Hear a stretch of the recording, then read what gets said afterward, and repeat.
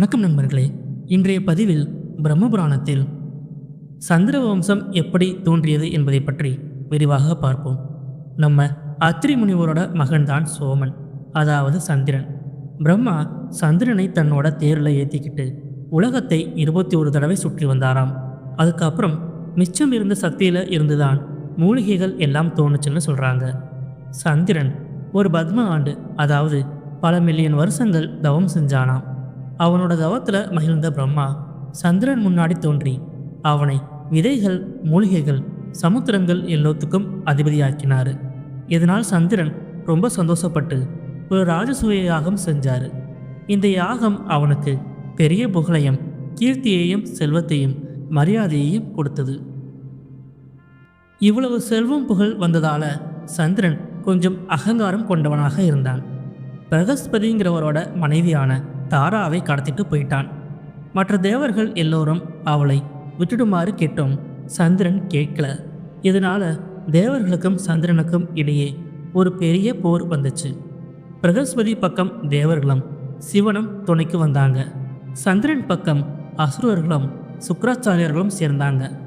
இந்த கடும் போருக்கு பேர்தான் தாரகாமய சங்கிராமம். கடைசியில் பிரம்மா வந்து 2 தரப்பையும் சமாதானம் செஞ்சார். இந்த சமயத்தில் தான் சந்திரனுக்கும் தாராவுக்கும் ஒரு குழந்தை பிறந்துச்சு. அதுதான் நம்ம புதன். இந்த புதன் இலையை கல்யாணம் பண்ணிக்கிட்டாருன்னு நாம் ஏற்கனவே பார்த்துருக்கோம். இப்போ சந்திர வம்சத்தில் வந்த முக்கியமான மன்னர்கள் பற்றி பார்ப்போம். சந்திர குலத்தில் தோணின ரொம்ப வலிமையான மன்னன் நகுசன். அவன் விரஜாங்கிறவளை கல்யாணம் பண்ணிக்கிட்டு யதி, யயாதி, சம்யாதி, ஆயாதி, வியாதி, கிருதின்னு 6 பையன்களை பெற்றான். நகுசனுக்கு பிறகு யயாதிதான் அரசன் ஆனான். யயாதிக்கு 2 மனைவிகள். ஒருத்தி சுக்கராச்சாரியரோட மகளான தேவயானி, இன்னொருத்தி தானவ மன்னனோட மகளான சர்மிஷ்டை.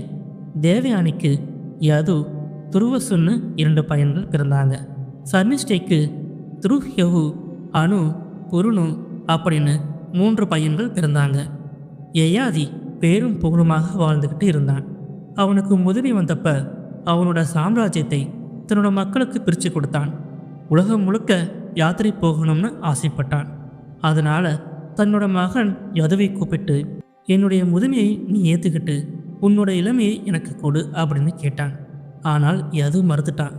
யது மறுத்ததால் கோபமான யயாதி, நீயும் உன் மக்களும் இனி அரசாள மாட்டீங்க அப்படின்னு சாபம் கொடுத்தான். மற்ற பையன்கிட்டையும் இதே மாதிரி கேட்டான். அவங்க எல்லோரும் மறுத்ததுனால அவங்க எல்லாரையும் அதே மாதிரி சபிச்சான். ஆனால் புருங்கிற பையன் மட்டும் அப்பாவோட வேண்டுகோளை ஏற்றுக்கிட்டு தன்னோட இளமையை யயாதிக்கு கொடுத்தான். புருவோட இந்த செயலால் மகிழ்ந்த தந்தை அவனை வாழ்த்தினார். பல வருஷங்கள் கழித்து யயாதி உலக ஆசைகளை எல்லாம் விடுத்து தன்னோட இளமையை மறுபடியும் புருவுக்கு கொடுத்துட்டு முதுமையை திரும்ப பெற்றுக்கொண்டான். அப்புறம் காட்டுக்கு தவம் செய்ய போயிட்டான். புருவுக்கு பிறகு பரதன்கிறவன் நாட்டை ஆடினான். அதனால தான் நம்ம நாட்டுக்கு பாரத வருஷம்னு பேர் வந்துச்சு. இந்த குலத்தில் தோணின மன்னன் குருவுக்கு பின்னாடி வந்தவங்க தான் கௌரவர்கள்னு அழைக்கப்பட்டாங்க. குருவோட பேர்னால தான் குருசேஸ்திரம் அந்த இடத்துக்கு பேர் வந்துச்சு. துருவசுவோட சந்ததியில் தான் பாண்டியர், கேரளர், கோளர், சோழர்கள் எல்லாரும் வந்தாங்க. துருஹ்யனோட குலத்தில் காந்தார மன்னர்கள் தோன்றினாங்க. யதுவுக்கு சகஸ்ரதன், பயோதன், கோஷ்டு, நீலன், அஞ்சிகன்னு 5 பையன்கள். சகஸ்ரதனோட குலத்தை சேர்ந்தவங்க அதேயர்கள் அப்படின்னு அழைக்கப்பட்டாங்க. இவங்களை சிறந்த மன்னன் கார்த்தவேரியாச்சுனன். கோஷ்டுக்கு பின்னாடி வந்தவங்க விருஷ்ணி, அந்தகர் முதலியோர். இதில் விருஷ்ணி குலத்தில் தோன்றினவர் தான் ஸ்ரீகிருஷ்ணர் ஆவார். நண்பர்களே, இப்போது பூமி எப்படி பிரிஞ்சிருக்கு அப்படின்னு நாம் பார்ப்போம். நம்ம பூமண்டலம் 7 தீவுகளாக பிரிக்கப்பட்டிருக்கு. அந்த 7 தீவுகளை சுற்றி 7 வகையான சமுத்திரங்கள் உள்ளது. அதே மாதிரி 7 வகையான மலைகளும் இருக்குது. நம்ம பாரத வருஷம் அப்படின்னு அழைக்கப்படுற நம்ம நாடு 8 பிரிவாக இருக்குது. இந்திரத்தீவு, சுசேருமணத்தீவு, தாமிரபரணத்தீவு, கபஸ்திமானத்தீவு, நாகத்தீவு, சௌமியத்தீவு, காந்தர்வத்தீவு, வாருணத்தீவு, இவைகளெல்லாம் பாரதத்தோட பகுதிகள். 9வது பகுதி கடல்ல மூழ்கி போச்சுன்னு சொல்றாங்க. பாரத வருஷத்தோட கிழக்குல கிராதகர்களும் மேற்குல யவனர்களும் இருக்காங்க. பூமிக்கடியில அதலம், விதலம், நிதலம், சுதலம், தலாதலம், ராசதலம், பாதாளம் அப்படின்னு 7 உலகங்கள் இருக்கு. இந்த உலகங்கள்ல தைத்திரியர்கள், தானவர்கள், நாகர்கள் எல்லாம் வசிக்கிறாங்க. இந்த பாதாள உலகங்கள் ரொம்பவே அழகானவை. இங்க பொன்னும் பொருளும் குவிஞ்சு கிடக்குதாம். இங்கேயும் காடுகள், பறவைகள்னு எல்லா ஜீவராசிகளும் நிறைஞ்சு இருக்குன்னு நாரதர் சொல்றாரு. பூமண்டல பகுதியில் பல நகரங்கள் இருக்கு. இதற்கெல்லாம் தலைவன் யமதர்மராஜன். அவரவர் செய்கிற பாவங்களுக்கு ஏற்ற மாதிரி இங்க ஜீவன் தண்டிக்கப்படுது. பாவங்களுக்காக பிராயச்சித்தம் செஞ்சவங்களும் புண்ணியம் செஞ்சவங்களும் நரகங்களுக்கு போக மாட்டாங்க. ஸ்ரீ கிருஷ்ணரை தியானிப்பது தான் சிறந்த தவம் அப்படின்னு சொல்றாங்க. மண்ணிலிருந்து விண்வரை பரவி இருக்கிறது தான் இந்த பூமி. புவர்லோகம் இதில் ஒரு பகுதி. அப்புறம் வரிசையாக சூரிய மண்டலம், சந்திரலோகம், புதன், சுக்கிரன், அங்காரகன், குரு, சனி, சப்தரிசி மண்டலம், துருவலோகம் அப்படின்னு பல பிரிவுகள் இருக்கு. கல்பத்தோட முடிவுல பூலோகம், புவர்லோகம், சுவர்லோகம் மட்டும் அழிஞ்சு போகுமா? இப்போ நாம் ஒரிசா, அதாவது உத்கல பகுதியில் இருக்கிற ஒரு முக்கியமான கோவிலை பற்றி பார்ப்போம். உத்கல பகுதியில் வேத சாஸ்திர புராணங்கள் தெரிஞ்ச பிராமணர்கள் இருக்காங்க. யஞ்சங்கள், யாகங்கள் எல்லாம் செய்ய தெரிஞ்ச திறமையான பண்டிதர்கள் இவங்க கோணாதித்யன்னு அழைக்கப்படுகிற சூரிய வடிவம் இருக்கும். அர்க்க, ஆதித்யாங்கிறது எல்லாம் சூரியனோட பெயர்கள். கோணாதித்யன்கிறதும் கோணார்க்குங்கிறதும் ஒன்றை தான் குறிக்குது. கோணாதித்யன் அதாவது சூரியனோட விக்கிரகத்தை பார்த்தாலே, தரிசனம் செஞ்சாலே பாவம் எல்லாம் பொடிபட்டு போகுமாம். இதை சுற்றி இருக்கிற மணல் பகுதியில் மரங்கள் செழிப்பாக வளருது. சூரியோதயத்தில் இந்த கடவுளை தரிசனம் பண்ணுறது ரொம்பவே சிறப்புடையது. கிழக்கு நோக்கி நின்று 8 இதழ்கள் கொண்ட தாமரை மலர், சிவப்பு சந்தனம், தாமரை இதழ்கள் இதையெல்லாம் பரப்பி அதுக்கு மேலே ஒரு தாமரை சொம்புல நெல், எள், நீர், சிவப்பு சந்தனம், சிவப்பு மலர்கள், தர்ப்பை இவைகளை நிரப்பணும். இப்படி அமைத்து தாமரை இதழ்கள் மேலே சூரிய பகவானை இழந்தருள வேண்டிக்கணும். இப்படி கோவிலில் இருக்கிற சூரிய தேவனை பூஜை செய்தா 7 பிறப்பு வினைகளும் பாவங்களும் நீங்கும் அப்படின்னு சொல்கிறாங்க. இந்திரன், தத்தன், பர்ஜன்யன், வஸ்டன், பூசன், ஆரியமன், பகன், விவஸ்வனன், விஷ்ணு, அம்ஷினன், வருணன், மித்திரன் அப்படின்னு 12ம் சூரியனோட வெவ்வேறு உருவங்கள். சூரியன் இந்திரனா தேவர்களோட பகைவர்களை அழிக்கிறான். தத்தனா படைக்கிறான். பர்ஜன்யனா மழையை பொழிய வைக்கிறான். ஃபஸ்டனா தாவரங்களில் வாழ்கிறான். புசனா தானியங்களை உற்பத்தி செஞ்சு வளர்க்கிறான். ஆரியமனா காற்றை வீசுகிறான்.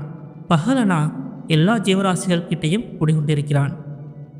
விவஸ்னனே தீயா மாறி உணவு சமைக்க உதவுகிறான். விஷ்ணுவா துஷ்டர்களை அழிக்கிறான். அம்சமனாக காற்றுல இருக்கான். வருணனா நீர்லையும், மித்திரனா சந்திரன்லையும் சமுத்திரத்திலையும் இருக்கான். மேலே சொன்ன 12 பெயர்களில் 12 மாதங்களில் சூரியன் பிரகாசம் செய்கிறார். இந்த 12 உருவங்கள்லையும் கதிர்கள் வெவ்வேறு அணுவுல ஒளிருதாம். இது மட்டுமில்லாமல் சூரியனுக்கு இன்னும் 12 பெயர்கள் இருக்கு. அவை ஆதித்யன், சவிதன், சூரியன், மித்திரன், அர்க்கன், பிரபாகரன், மார்த்தாண்டன், பாஸ்கரன், பானு, சித்திரபானு, திவாகரன், ரவி. இந்த பிரம்மபுராணத்தில் சூரியனோட அஷ்டோத்திர நாமங்களும் கொடுக்கப்பட்டிருக்கு.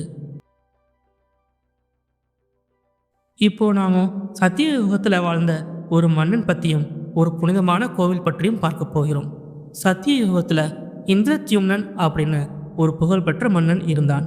அவன் உண்மை, நீதி, நியாயம்னு எதுவும் தவறாம நல்லபடியாக ஆட்சி செஞ்சு வந்தான். அவன் ஒரு நல்ல சஸ்திரத்தில் ஸ்ரீ விஷ்ணுவை தரிசனம் செய்ய நினைச்சான். ஆனால் எந்த தலமும் அவனுக்கு மனசுக்கு திருப்தி அளிக்கல. அந்த மன்னனோட தலைநகரம் அவந்தி மாலவ நாட்டில் இருந்துச்சு. எல்லா வகையிலும் அந்த நகரம் ரொம்பவே சிறப்பாக இருந்துச்சு. அழகு, இயற்கை, எழில், கோட்டை அப்படின்னு எல்லாமே இருந்துச்சு. அந்த நகரில் மகாகாலன்கிற ஒரு சிவன் கோவில் ரொம்ப புகழ் பெற்றது. அந்த மகாகாலனை தரிசனம் செஞ்சா 1000 அஸ்வமேத யாகம் செஞ்ச பலன் கிடைக்குமா. அவந்தி நகர்ல சிர்பா நதி ஓடுது. அதோட கரைகளில் விஷ்ணுவுக்கு கோவிந்தசாமி ஆலயம், விக்ரசுவாமி ஆலயம் அப்படின்னு 2 ஆலயங்கள் இருந்துச்சு. இந்த அளவு இருந்தும் அவை மன்னனுக்கு மன திருப்தி தரல. அதனால அவன் ஸ்ரீ விஷ்ணுவுக்கு புதிதாக ஒரு கோவில் கட்டணும்னு நினைச்சு அதுக்கான இடத்தை தேடினான். இப்படி தேடினவன் கடைசியில தெற்குல இருக்கிற லவண சமுத்திர கரைக்கு வந்தான். அங்க பூக்களும் பழங்களும் நிறைந்து பலவித பறவைகளும் நிறைந்த ஒரு இடத்தை தேர்ந்தெடுத்தான். அதுதான் இப்போ பூரி அப்படின்னு அழைக்கப்படுகிறது. இந்த பூரி தலம் ஒரு முக்கியமான தீர்த்தம். ஆனால் அதை பற்றின விவரங்கள் எல்லாம் மறைஞ்சு போச்சு. இந்த இடத்துல முன்னாடி ஒரு விஷ்ணு கோவில் புகழ்பெற்று இருந்துச்சு. அந்த விஷ்ணு மூர்த்தியை தரிசனம் செஞ்சவங்க எல்லா பாவங்களும் நீங்கி புனிதம் அடைந்தாங்க. இதனால் அங்கே எந்த பாவியையும் தண்டிக்க முடியாத யமதர்மன் பகவான் கிட்ட போய் முறையிட்டார். உடனே விக்கிரகம் மணலில் புதையுண்டு போச்சு. இந்த இடம் இந்திரத்யும்னனுக்கு ரொம்பவே பிடிச்சு போச்சு. இதுக்கு அருகில் மகாநதி ஓடிக்கிட்டு இருந்துச்சு. ஒரு நல்ல நாள் பார்த்து கோவில் கட்டுவதற்கான அடிக்கல் நாட்டப்பட்டது. இந்த செய்தியை கலிங்க, உத்கல, கோசல நாட்டு மக்களுக்கும் சொல்லி கோவிலுக்கான கற்களை கேட்டான். விந்திய மலைகளில் இருந்து கற்கள் படகுலையும் தேர்களையும் வந்து சேர்ந்தன. மற்ற நாட்டு மன்னர்களும் கோவில் கட்டுற செய்தியை அறிந்து ஒன்று கொடுனாங்க.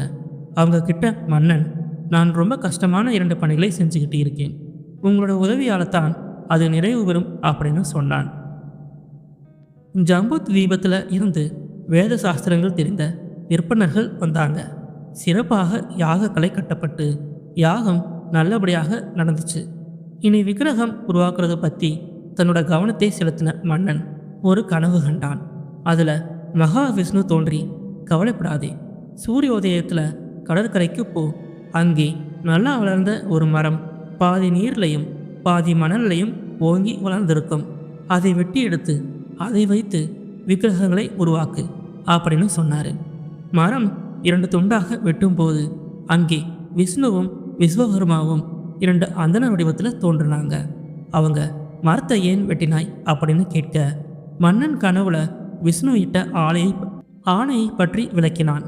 அப்போ அந்தனர் வடிவத்தில் வந்த விஷ்ணு அது நல்ல காரியம் அப்படின்னு புகழ்ந்து, என் பக்கத்தில் இருக்கிற இந்த அந்தனர் சிறந்த சிற்பி, இவரே விக்கிரகம் அமைத்து தருவார் அப்படின்னு சொன்னார். அந்த அந்தனர் சிற்பியோட உதவியால் 3 விக்கிரகங்கள் உருவாச்சு. ஒன்று வெள்ளை நிறத்தில் உருவான பலதேவர், அதாவது பலராமர் விக்கிரகம். கண்கள் மட்டும் சிவப்பாக இருந்துச்சு. நீல நிற உடை, தலை மேலே பாம்பு படம், கையில் கதையோட உருவாச்சு. 2வது ஸ்ரீகிருஷ்ணனோட பிரதிமை, நீல நிறம், தாமரை கண்கள், மஞ்சள் உடை, கையில் சக்கராயுதத்தோட உருவாச்சு. 3வது கிருஷ்ணனோட சகோதரி சுபத்திரையோட பிரதிமை, பொன்னால் செய்யப்பட்ட பட்டாடையோட தோணுச்சு. கண் இமைக்கும் நேரத்தில் விக்கிரகங்கள் உருவானதை கண்ட மன்னன் இந்திரத்யும்னன் அந்தணர்களோட கால்களில் விழுந்து வணங்கி, நீங்கள் உண்மையில் அந்தணர்கள் இல்லை, நீங்கள் யாருன்னு கேட்டான். உடனே 2 பேரும் விஷ்ணுவும் விஸ்வகர்மாவும் தோன்றினாங்க. மன்னன் மெய்மறந்து நின்றுட்டான். மகாவிஷ்ணு இந்திரத்யும்னனை ஆசீர்வதித்தார். நீ நெடுங்காலம் நாட்டை ஆண்டு பரமபதத்தை அடைவாய் அப்படின்னு சொல்லிட்டு மறைஞ்சாரு. ஒரு நல்ல நாள் பார்த்து 3 விக்கிரகங்களும் கோவிலில் பிரதிஷ்டை செய்யப்பட்டன.